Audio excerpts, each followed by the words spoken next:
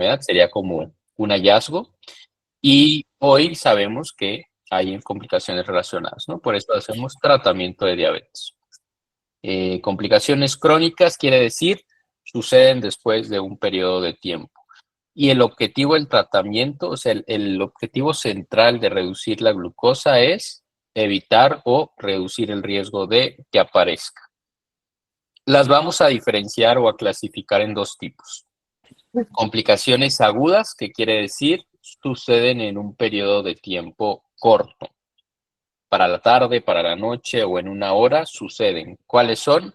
Pues o que baje mucho o que suba mucho. Si baja mucho se llama hipoglucemia, y si algunos de ustedes ya tuvieron alguno de estos eventos, sabrán que es horrible, ¿no? La glucosa baja se siente horrible. Hay sudoración, temblor, mareo, necesidad imperiosa de consumir algún alimento, y si no lo corregimos puede progresar hasta alterar el estado de alerta. O sea, un desmayo, pérdida de la conciencia. Y el otro extremo tenemos las complicaciones generalmente de hiper o elevación de glucosa. Estamos hablando de eventos como cetoacidosis diabética o un síndrome hiperosmolar. Son eventos donde se requiere ya una atención intrahospitalaria. Generalmente es en contexto de un descontrol de glucosa y aparte un segundo factor, una infección, una cirugía, un evento cardiovascular, diferentes situaciones que puedan suceder cuando yo estoy descontrolado, ¿no? Además de la diabetes. Las crónicas, que es en donde nos vamos a enfocar, las vamos a dividir en vasos grandes y vasos chiquitos. Vasos me refiero a la arteria o la estructura por donde circula toda la sangre. ¿Okay? Los vasos grandes principalmente es circulación del corazón, circulación del cerebro y circulación de las extremidades inferiores, piernas o pies. Y de vaso pequeño, riñones, visión y de los nervios, ¿no? La famosa neuropatía. ¿Okay? Perfecto, muy bien. Entonces, eso es lo que les decía. De grandes vasos se puede afectar la circulación del corazón, del cerebro, de las extremidades, la circulación, por ejemplo, de piernas o pies. Que eso no es igual a varices. El tema de las varices no tiene nada que ver con diabetes y es asociado a circulación de la vena. Estoy hablando de circulación arterial, insuficiencia arterial, el tipo de sangre que lleva oxígeno a los órganos. El pequeño vaso, pues la visión, los riñones y los nervios. ¿Okay? Perfecto. Las de grande vaso, la que es de las que más nos importan porque desafortunadamente es la primera causa de desenlace fatal por diabetes, ¿no? Que una persona pierda la vida por diabetes está relacionado a enfermedad del corazón, el famoso infarto del corazón, con los síntomas principales de dolor, sudoración, una característica que el dolor va incrementando conforme pasa el tiempo y una sensación de falta de aire.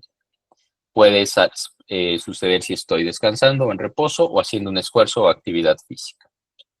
¿Cómo disminuyo mi riesgo de tener un evento cardiovascular? Control de la glucosa.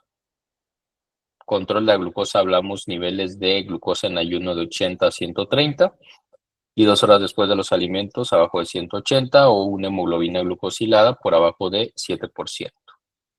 Niveles de presión arterial, niveles abajo de 140-90, es decir, a partir de 140-90 se considera elevada, entonces abajo de eso, o en personas muy específicos con ya algunos temitas del riñón, buscamos incluso abajo de 130-85. Y el famoso colesterol malo, ¿no? Denominado colesterol LDL, vinculado a la enfermedad cardiovascular. Enfermedad vascular cerebral es algo similar a lo del corazón, pero en circulación del cerebro. Es la situación clínica coloquialmente conocida como una embolia, esa donde puede haber dificultad para el habla, pérdida de la movilidad de alguna parte del cuerpo, desorientación, alteraciones del habla, ¿no? ¿Cómo prevenimos? También el control de la glucosa, el control de la presión y el control del colesterol. ¿Cuál es el mejor colesterol LDL o el óptimo del colesterol malo? El nivel de colesterol. Generalmente una persona que vive con diabetes buscamos abajo de 100. Si ya hay un evento cardiovascular agregado, buscamos abajo de 70. Enfermedad arterial periférica, discúlpeme por la imagen ahí un poquito intensa, es las úlceras, ¿no? Quería presentarla por la presencia de úlceras. Las alteraciones de la circulación del pie son la primera causa de que exista una ulcerita. La ulcerita generalmente viene precedida por una formación de callo, ¿sí? Entonces, aquí en adelante, recomendación general, es importante que ustedes conozcan la planta de sus pies, que conozcan cada zona de enrojecimiento, zona de callosidad, para que puedan identificar si algo nuevo está pasando, si cambio de calzado o cambio el tipo de calceta o estoy usando una calceta nueva. Importante ver que no me esté generando enrojecimientos o callosidades, porque habitualmente puedo llegar a sentir molestias.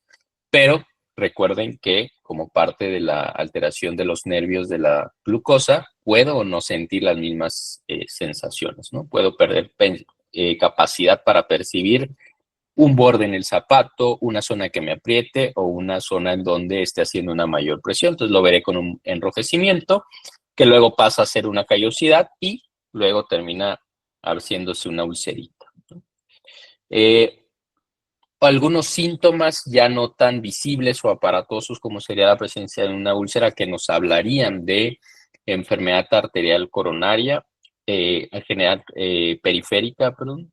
Dolor al caminar, ¿no? Doctor, camino 3 cuadras y me tengo que detener porque me duelen mucho las pantorrillas. Ya sé que si me paro unos 5 o 10 minutos, se me quita el dolor y puedo volver a caminar otro par de cuadras. Eso se llama claudicación intermitente y es un dato de alteración de la circulación. ¿Qué quiere decir? Mi músculo está haciendo un esfuerzo por caminar, pero como la circulación está comprometida, ese aumento de necesidad de que llegue más oxígeno, más sangre al músculo, va a empezar a comprometer la circulación. Otra expresión en otra región, pero también de circulación inferior, pues la disfunción eréctil también es un problema relacionado a circulación arterial. ¿Cómo prevenimos? Control glucémico, presión arterial y colesterol principalmente. Okay. Entonces, hay un punto aquí de reflexión. Estas complicaciones macrovasculares, circulación del corazón, circulación cerebral y circulación de las extremidades inferiores, son la primera causa de tener problemas graves en diabetes, ¿no? De tener una urgencia médica en diabetes. Entonces, para prevenirlas, que es lo que debería enfocarse toda la medicina en el factor prevención, es un adecuado control glucémico, un adecuado del control de la presión y un adecuado del control del colesterol. Microvasculares, que estoy hablando de vacío chiquito, acuérdense, la primera era la visión. Desafortunadamente, diabetes sigue siendo la causa más frecuente de tener problemas en la visión que puedan comprometer tanto la vista como para perderla por completo. Es la primera causa de ceguera. Aquí es importantísimo el seguimiento anual con el oftalmólogo. Es muy frecuente que una persona nunca haya sido enviada al oftalmólogo.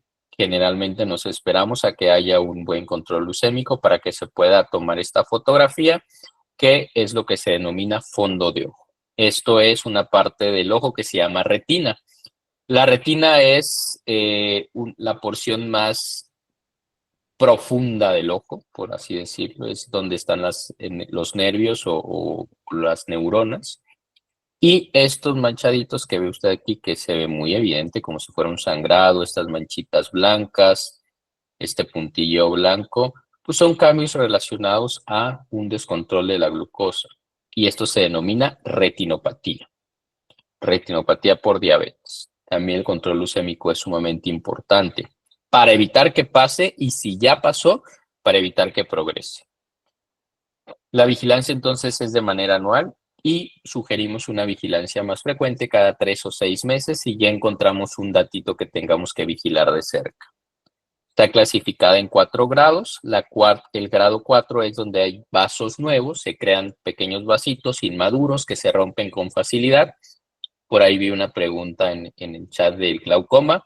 El glaucoma generalmente no está asociado a diabetes, pero sí hay un glaucoma que se puede presentar asociado a diabetes y justo tiene que ver cuando es una retinopatía proliferativa, porque la creación de vasos o el sangrado puede aumentar la presión intraocular, ¿no? Que eso es lo que es el glaucoma, un aumento de la presión del ojo que afecta al nervio óptico. Okay. Nefropatía del riñón, otra vez regreso a lo mismo, estadística del país, primera causa de requerir diálisis, desafortunadamente diabetes, ¿no? No es con intención de asustar, solo es intención de ver cuál es el panorama y que sobre todo nos enfoquemos en que se puede prevenir. que yo puedo evitar tener problemas del riñón. Una persona con diabetes diagnosticada de manera oportuna, tratada de manera adecuada y vigilada de manera correcta, no tiene por qué tener ninguna complicación y puede vivir su vida completamente normal. Por supuesto que es importante la vigilancia, cumplir las metas de tratamiento y hacer cambios en el estilo de vida generalmente. La vigilancia también la hacemos con un estudio en la orina. Seguramente a muchos de ustedes les hemos hecho estudios en la orina buscando la presencia de proteínas. ¿Por qué de proteínas? Porque el cambio más temprano, antes de que el riñón se vea severamente afectado o que la sangre ya no refleje que se están acumulando toxinas que nos indican que el riñón no está haciendo su función al 100%, pues eso ya es tarde. Necesitamos saberlo lo más temprano posible y lo sabemos de manera temprana buscando proteínas. Aquí en este punto, en el punto donde existe la documentación de proteínas, yo puedo tener intervención para evitar que progrese o incluso resolver. La neuropatía, seguramente también han escuchado mucho este término. Por definición, la neuropatía puede tener alteraciones sensitivas, es decir, puedo perder la capacidad de sentir calor, de sentir frío, de sentir objetos punzocortantes. Todos esos reflejos que si usted toca por error una olla caliente o pisa un alfiler, de manera inmediata, sin pensar ni siquiera, retira el brazo o retira el pie.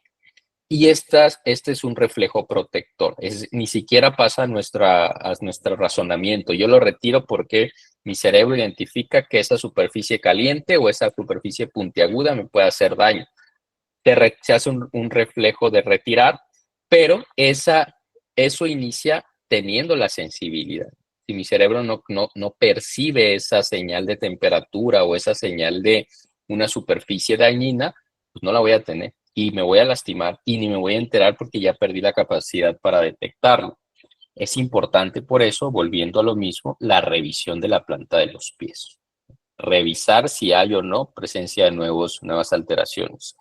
Puede también haber síntomas que les llamamos positivos, es decir, que están agregados: dolor, sensación de descargas eléctricas, sensación de alfileres, sensación de quemante, sensación de fuego. Aquí generalmente lo más adecuado o lo que más relevancia tiene es el correcto control glucémico. Okay. Esta neuropatía y la alteración de la circulación arterial, ambas se suman pues para tener problemas en los pies, ¿no? Tanto de una ulcerita que surge por una insuficiencia arterial y también complicada porque no me di cuenta que tengo una úlcera porque no la siento, no me duele. Entonces es importante lo que les decía, ante el calzado nuevo, ante una formación de callosidad, hay que identificar qué punto de presión estamos teniendo para evitarlo y para evitar que progrese. También hay alteraciones por ahí en temas de desempeño sexual. Es importante hablar de esto porque a veces pues no se habla, no se diagnostica o ni siquiera se platica en la consulta, pero es algo relevante y es algo que tiene que ver con la función del cuerpo, ¿no? Tanto las alteraciones de los nervios como las alteraciones de circulación pueden afectar la función sexual correcta. Entonces ahí hacemos abordajes, a veces también hay un compromiso en la producción de testosterona, a veces hay un componente pues, psicológico también sumamente importante. Entonces aquí lo que realmente queda es un abordaje correcto. ¿De acuerdo? Voy a regresar tantito. También así como hay alteraciones de la sensibilidad en los pies, puede haber alteraciones del movimiento, que ya es mucho más raro. Generalmente la presentación más común por mucho es alteración de la sensación o de la sensibilidad. Le decimos en guante y en calcetín porque se distribuye en el área del calcetín, que es los pies, y en el área de las manos. ¿Ok? Perfecto. Ahorita vamos a regresar a todas las preguntas del chat. ¿Ok? No las estamos ignorando. Ahorita las revisamos una por una y hice la plática corta para que pudiéramos tener oportunidad para platicar. ¿Ok? Disculpe, voy a regresar. Entonces, tanto la disfunción eréctil como la baja libido, y por ahí también vi que hay una pregunta acerca de si a la mujer también le pasa, impacta en el líbido, sí. ¿Qué es el líbido? Pues el deseo, ¿no? Pueden tener reversión, ¿no? El punto esencial es que se puede revertir y por supuesto que lo principal es documentar la causa. ¿Cuál está siendo el mayor problema? ¿Es un problema de circulación?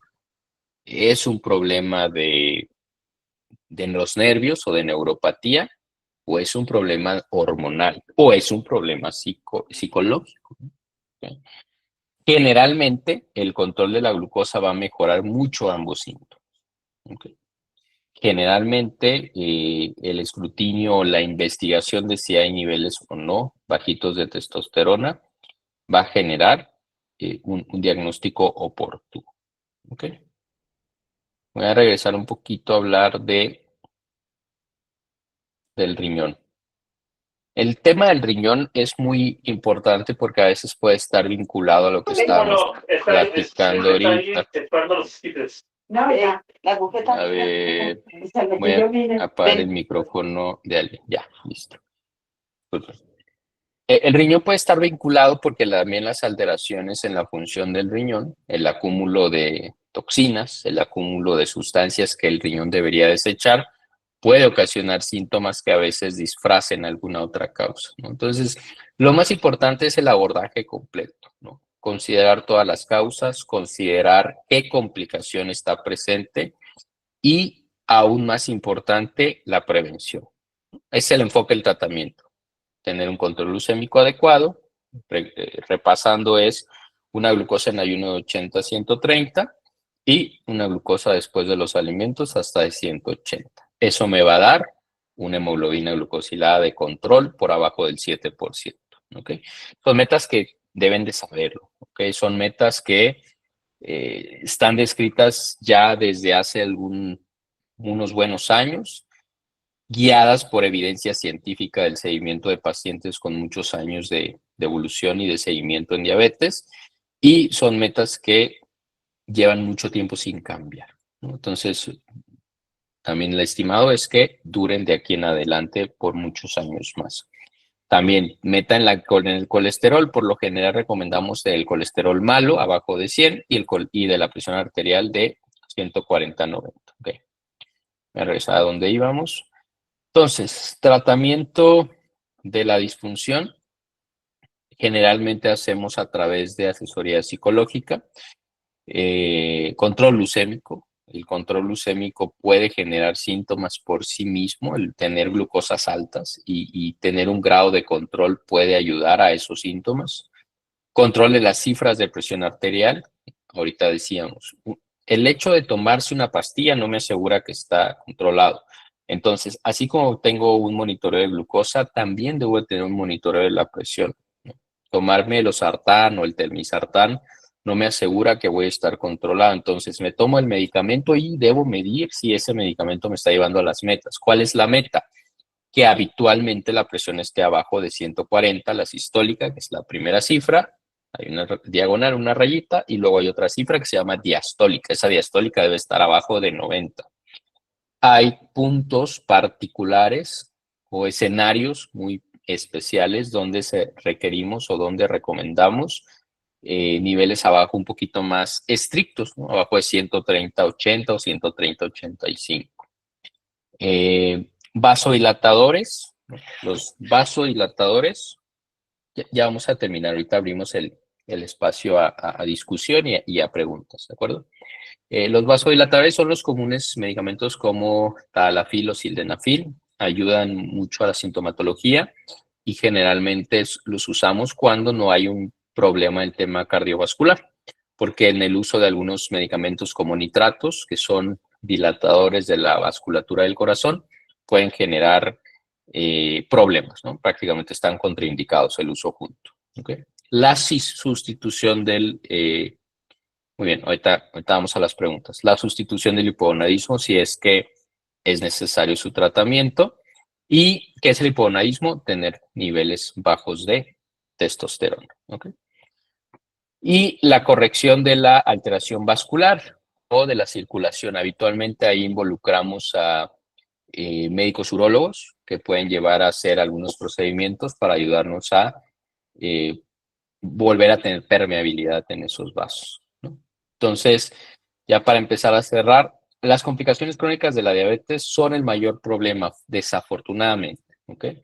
Entonces, me encantaría que se lleven eso en mente, que justo el objetivo de hoy estar controlado es que en el futuro pueda seguir mi vida de calidad, con calidad de vida, y evitar estar continuamente en valoraciones médicas, continuamente en ingresos a urgencias o continuamente con necesidad de ajuste de tratamiento. ¿Hoy en día puedo tener complicaciones? Sí, la respuesta es sí. ¿Por qué? Porque desde el diagnóstico ya vamos retrasados.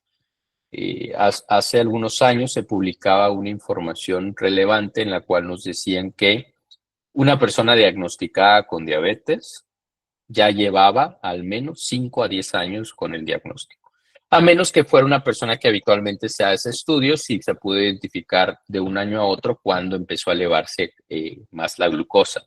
En 2023 se hizo la ENSANUD una especie de estudio para intentar medir la cantidad de pacientes que tenían diabetes en México. Antes de eso, las cifras de ENSANUD eran reportadas en encuestas, ¿no? Hacían encuestas y iban a la calle y preguntaban a la persona, ¿tienes diabetes? ¿Sí o no? Okay. Cuando hacían eso, la incidencia iba aumentando año con año, desde el 9.5 hasta el 12%. ¿No? Pero cuando salieron a hacer estudios de laboratorio a gente con factores de riesgo, encontraron que cerca de un 5 al 6% de la población ya tiene diabetes, ¿no? o prediabetes y no está siendo diagnosticado, ¿no? Eso nos dio un porcentaje de prevalencia del 18%, o sea, cerca ya del 18% de la población total en México puede tener alteraciones o tiene alteraciones como diabetes, ¿okay? Metabólicas de glucosa. ¿Okay? Entonces, regresando al punto esencial, por eso la importancia del momento del diagnóstico, llegar lo más pronto al control para que yo esté expuesto menor tiempo a la elevación de glucosa. Existe también un término conocido como memoria metabólica. La memoria metabólica quiere decir, tu cuerpo va a recordar todo por lo que pasaste. Entonces, entre yo esté más tiempo con un control adecuado, mi riesgo de complicaciones es menor. Vamos a poner dos escenarios. Digamos que tenemos una persona que acaba de ser diagnosticada con diabetes y tiene una hemoglobina glucosilada de 10 y a los 3 meses ya tiene 7 de hemoglobina glucosilada. Y una persona que lleva 10 años de su tratamiento de diabetes y que hoy quizá no está en 7, está en 8% o en 7.5. ¿No? Aunque el otro haya tenido una hemoglobina glucosilada más alta al inicio, el que tiene más riesgo de complicaciones es el que lleva más tiempo sin estar controlado.